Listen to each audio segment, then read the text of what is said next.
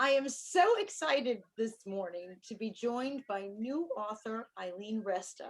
Eileen is the author of I'll Wait for You, an adoption memoir. And I have to tell you, Eileen is the first person who my editor cried editing the book. And it wasn't because it was so horrible. She's going to say that. But no, my editor actually cried, called me up and said, I love this book. So I couldn't wait to get it onto my desk when it went through the process. And it is a beautiful story. And you are going to just absolutely stand up and cheer at parts of this book, because that's what I did in my own office. So, Eileen, I am so thrilled that the book is released. I want to hear all about the excitement, but you have already been so exciting in my own office here. So, thank you. You're welcome. So good to see you, Stephanie. Thank you. And great to see you. And like I said, I heard about your book as it was making its way through. So then other editors, they didn't even want to edit it. They just wanted to read it because they heard that you made Nika cry, which was great. So tell me a little bit about the book in general. Give us a little bit of an overview, and then what made you decide to write it? Well, it's a story, it's my adoption story. And I was adopted in 1949 from Montreal and brought to Brooklyn, New York. And throughout my life, I was curious, but I was never going to pursue anything. And then at 61 years of age, I decided, maybe I'll just try to get some biological information. So that was the beginning of my search. And it just grew from there in unexpected ways. It was kind of miraculous. I just didn't expect it. It is absolutely miraculous the way things turned out. And I love your story. You really documented the search, and with nowadays ancestry.com and all of these things, this is becoming a very hot topic. And I'm happy to say, Eileen, you are the poster child for success in your search. Oh, thank you. And I kept a journal throughout. That was part of it, so that I could document it the way you mentioned.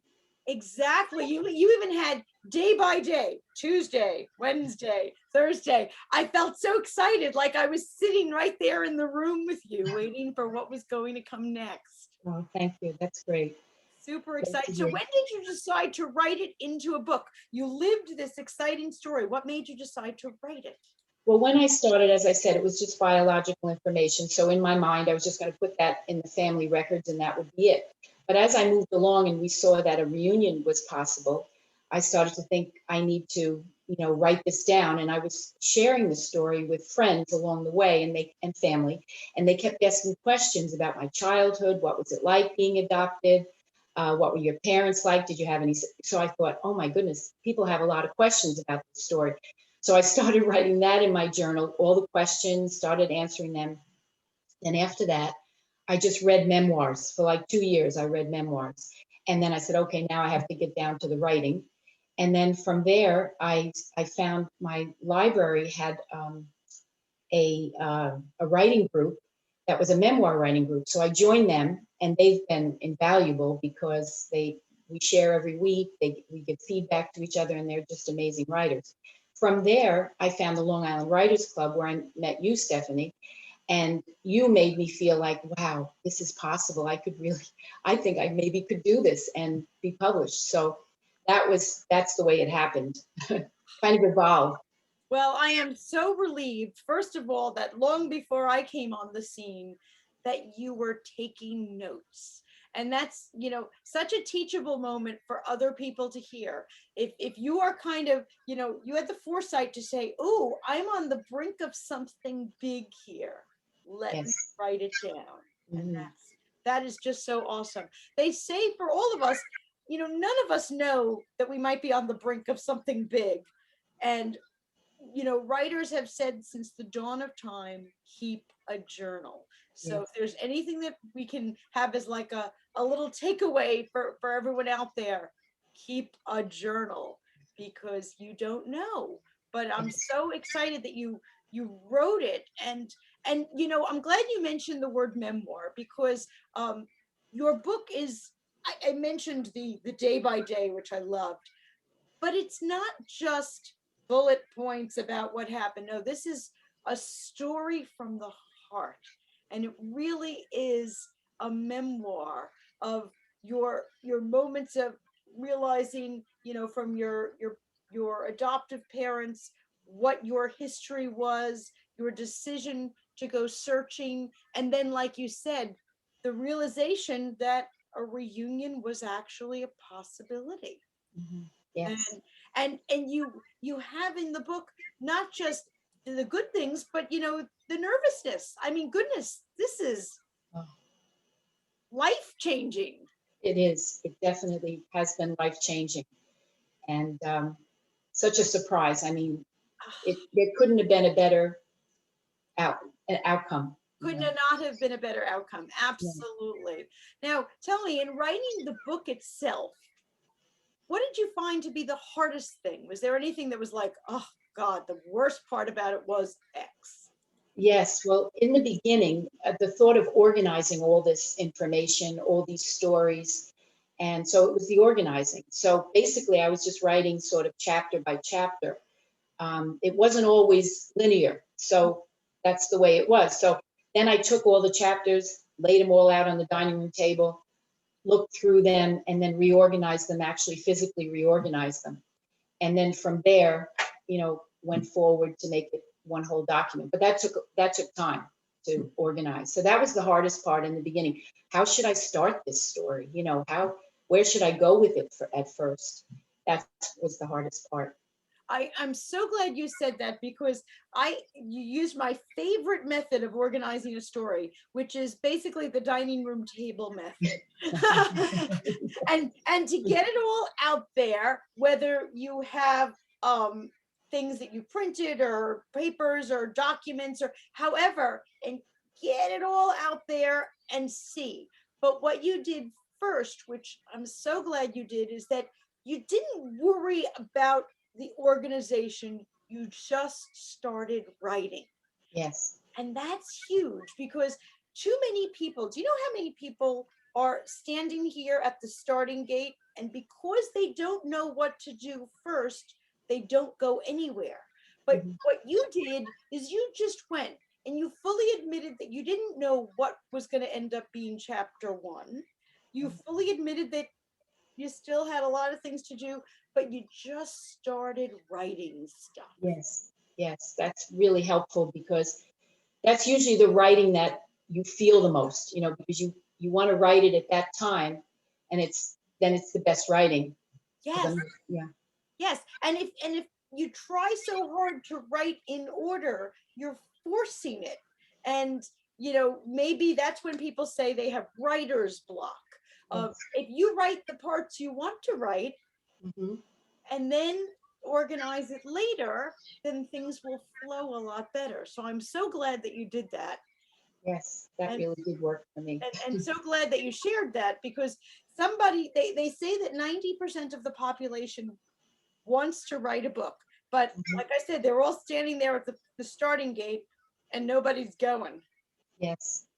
So you're an Mhm. inspiration to writers out there to Oh, just do something, yes. Thank you. Yeah. just to get it done. Now, if the organization was the hardest part, what was the easy part? What part did you say, I could do this? Oh, well, I think recalling my emotions really was easy for me, actually, because a lot of these stories from my childhood have been in my head for so many years, and I've told the stories, to my family, but to get them down on paper just felt so good.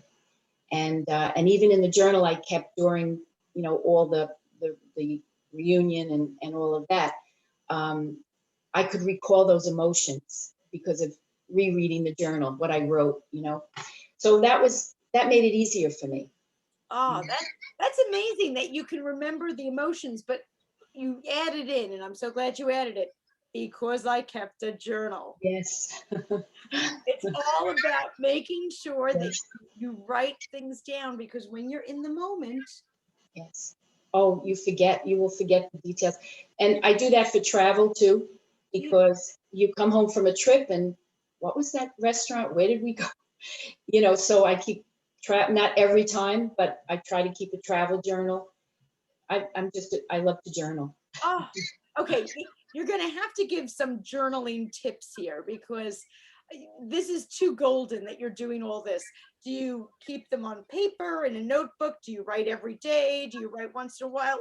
Give us some tips. Yeah, I don't write every day. I write when it's something I want to write about, but I should though. But anyway, I have been writing every day, obviously, for 4 years. But going forward now with journaling, I guess it'll mostly be let me say this. My daughter had a friend who kept a journal, but when she wrote something like in the evening after she had an experience, it was very lengthy. I find that I do more jotting journals, to remind myself of things that are happening, and then it'll help me recall more of the picture. So your journal is not necessarily long prose for other people to read, but it might be just notes. Yes, and that I do that because otherwise I would get discouraged, I think, because who has that kind of time, like Right. every day. No, I'm glad you said that because you're honestly, I think a lot of people say, "Oh, I can't keep a journal. I can't write, paragraph after paragraph every day." But just to know that you, obviously a successful journaler because you grew into a book, are not doing it that way. Yes, yes, it's true. That's fantastic. And that's definitely giving us all permission to have kind of shoddy journals. Yes, absolutely. It's really just for you. It's just for me when I do it so that I can recall something that I may want to, expand on later. Now, you mentioned traveling and keeping journals with travel. Does that mean we've got some travel books coming out next? Oh, no, I don't think that would happen. Well, since I'm a travel buff myself, where have you traveled that were some of your favorites? Well, we had a big trip to Australia with many members of our family because my nephew went to school there for a semester. So many of us went over. And so that was something to write about because, and only to keep track of what we did and where we went. And that was a big trip like that. Oh my gosh. How long were you in Australia? That's a long flight. 3 weeks. My husband and I were there 3 weeks. Everyone else left after 2 weeks. And it It was, takes you 2 days, I think, just to get there, doesn't it? yes, it does. Yeah. It does. That's why I had to remember everything. You have to remember anything. I have to ask you, since you were in Australia for 3 weeks and I've never been, is it true about the spiders and the bugs? Are they really giant? Oh, yes, it's really true. Really? Yes, it is. And where my nephew went to school, we were walking along the path one night, and I glanced over to the bushes, and there was a huge web, and I think the spider was that big. So we just kind of walked around that. Oh my gosh. So it is true. Yeah. You see those YouTube videos and you think maybe they doctored them or something. No, it's true. Now tell me, what has happened since the book has been published? How do you feel? You said you're good at being in touch with your emotions. How does it feel to be published at this point? Um, oh, I'm over the moon. I'm just so happy that I was able to do this, especially because my whole thinking along the way was for my family and my grandchildren, and my Canadian family, that there's a record there of this story and what happened. And that just makes me so happy. And I just feel like I've just accomplished something that was important to me. Absolutely. Has anything surprising come about yet since it's been published? Has anything that you didn't expect, perhaps? Well, I've gotten positive feedback from those who have read my book. And, when you're in the throes of it, you can't be objective, about your own writing. It's very difficult. So feedback has been really just wonderful for me.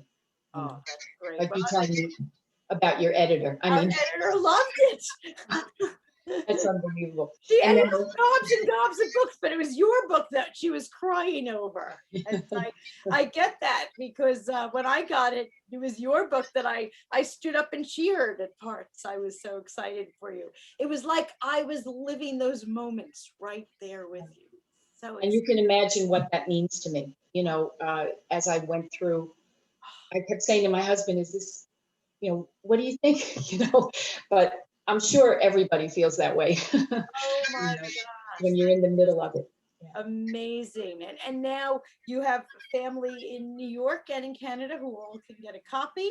And Yes. anything that I'm sure there's a lot of blanks because while your family on both sides of the border knew the story, they were living the story. I'm sure just reading it now, they say, oh, I didn't know about that. Oh, yes. Actually, I've gotten a lot of that. Really? Yes, a lot of that feedback. They didn't know. Even my American family. Even there was one story, and now I can't remember what it was, but my husband said, "You never told me that story." And we're going to be married 50 years in September. I thought I told him every possible story by now. So that Even happened. after 50 years, there's still a little layer of mystery there. Yeah. And then, of course, my family in Canada didn't know so many details about my growing up. Right. And we miss each other terribly because we would see each other 4 or 5 times a year over the last 10 years. And now with the pandemic, the border is, still closed. What we hope to see each other maybe in August. I heard one more month and then the border would be open. So probably around August, we'll be able to see them again. That's going Oh, to be really goodness. nice. I mean, I hope so. I Yes, hope me so. too. We forget sometimes when we hear about the borders closing and we think it's just, oh, so I can't go on vacation, but that's your family. Yes, exactly. And we've grown so close over those years. And so it's going to be wonderful to have, that again. Well, the first reunion was off the charts, but I'm sure that this next one after the pandemic will be unbelievably special as well. Yes, that's true. Well, Absolutely. for all of our viewers, if you too want to cry, to laugh, to stand up and cheer, and to follow Eileen on this wonderful, wonderful journey, and you too will be cheering her on when the borders are reopened, you can get I'll Wait for You, an adoption memoir. It's available on Amazon's and bookstores worldwide. You will definitely want to be part of her story and maybe even inspired like Eileen, to write your own story. It's not that hard. You could start anywhere in the middle, but as of today, I hope that anyone who's watching this at least starts journaling so that they're ready to write their story. Eileen, I'm so excited, and I can't tell you enough how thrilled I am that you invited me to be part of your journey. Oh, thank you, Stephanie. Thank you for everything you do. Oh, goodness. It's been Absolutely wonderful. my pleasure and privilege to be a part of this. And I will be excited. And now I have a reason to watch the news and hope for the borders to open soon, too. Oh, thank you. Great. Luck and in advance, happy anniversary. Oh, thank you. Okay. Bye-bye. Bye bye.